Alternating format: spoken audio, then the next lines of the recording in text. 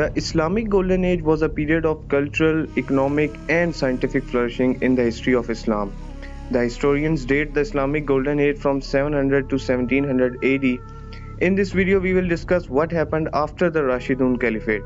We will also see some interesting points to talk about Umayyads and Abbasids and some factors regarding the rising empire of Muslims and its decline.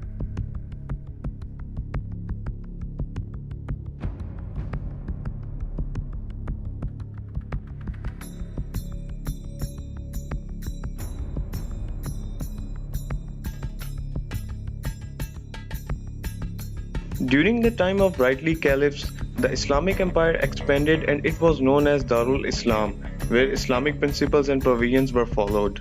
The caliph was supposed to follow strictly the Quran and Sunnah, which were primary sources of the caliphate. In this caliphate, Ahlul Kitab were not found to embrace Islam, but they were allowed to follow their own religious practices representing religious tolerance as long as they pay jizya, that is, for their protection under attacks or battles. Although Muslims were also to pay a tax known as zakat. The expansion under Umayyads can be observed from Spain, Persia, some parts of Pakistan, Mesopotamia, North Africa, Crete, Sicily, Sardinia, Northwest India, and Eastern Mediterranean Sea. The capital of Umayyads was at Damascus. The Umayyads not only brought wealth but also new converts to Islam. The riches of the world were reaching in their hands. One of the notable and devout leaders among Umayyads is Hazrat Umar bin Abdulaziz, also known as Umar II. He was also known as a just, upright, and an honest leader. His era can be regarded as the golden period of the Umayyads. He lifted away from the jizya tax on those non-believers who convert to Islam. He lifted away all extra allowances to his own family members. He treated everyone equally without any nepotism. The relatives of the leader were not given any privileges as they were treated as a common man in the society. He was later poisoned when his successive government tried to reverse his financial and tax policies.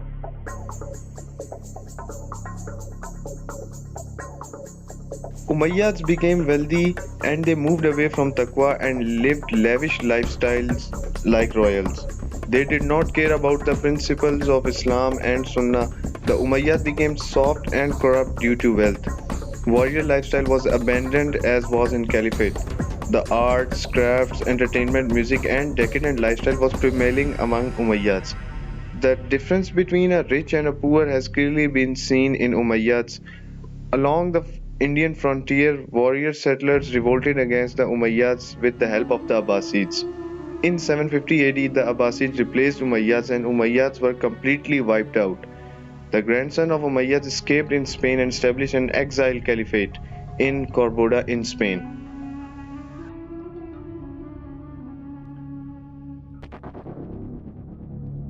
In 750 AD, the Umayyads were completely wiped out by the Abbasids. The Muslim empire expansion was gaining strength. Abbasids have to tackle the internal conflicts. The period between 786 AD to 861 AD was known as the Golden Era of Abbasids. The empire reached great cultural heights. In the era 813 AD to 833 AD, Mamun was in power and he put down many rebellions and had fought wars with the Byzantine Empire. Abbasids built a strong bureaucratic government to rule their empire. Muslim merchants expanded their trades across Africa, the Indian Ocean and the Mediterranean Sea. Abbasids built a centralized state with Baghdad as capital. The absolute power was at center of the state. The bureaucracy was under wazirs. There was a royal executioner. The revenue in the form of taxes and tribute was collected. The Abbasids were less powerful at a distance and strong at the center, and they were not as sophisticated as the Umayyads were. There are golden achievements worth mentioning in terms of science, mathematics, medicine and architecture, etc. Some of important Khalifa were Khalifa Harun al-Rashid, Khalifa Mamun al-Rashid and Al-Mansur.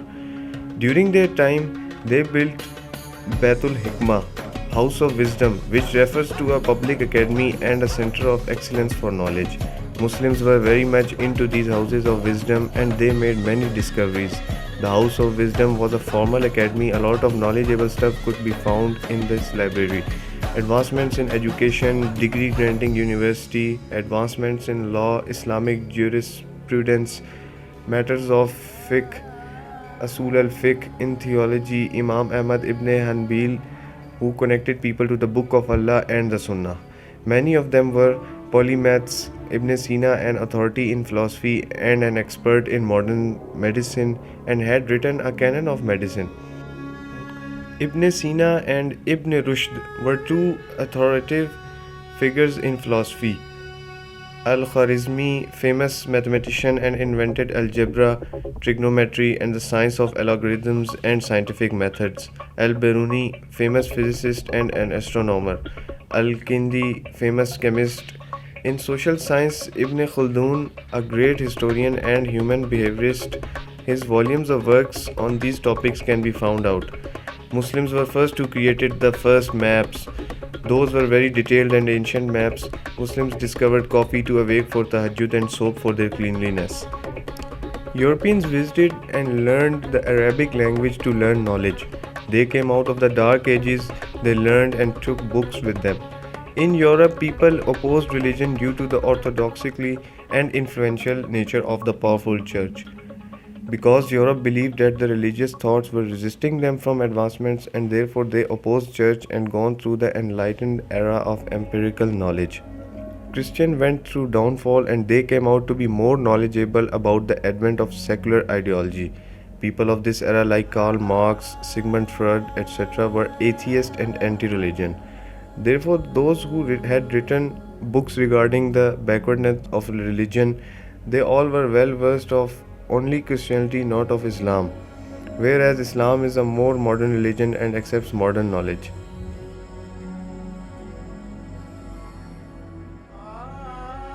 Abbasids empire lasted from 750 to 1258 AD. By the invasion of the Mongols under the leadership of Genghis Khan, the Abbasids came out to an end. Strange to say, the invading Mongols accepted Islam, fascinated by Muslims' architecture. The Abbasids followed the decadent and luxurious lifestyle. They considered themselves above the principles of Islam. Due to the royal and lavish lifestyle, Abbasids faced their downfall. Their decadent lifestyle and considering them above Islamic law made them vulnerable. When Mongols attacked them, there was no one who would go to perform Hajj. People were busy in their lavish lifestyles. People who do not learn from history makes them lessons for the others. Abbasids left the Quran and Sunnah and they died out completely in the history.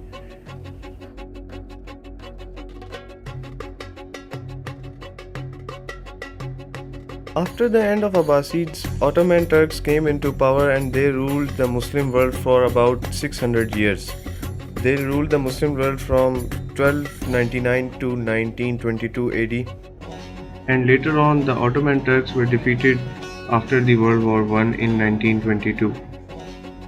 So this is all for today. Make sure you subscribe my channel and hit the bell icon.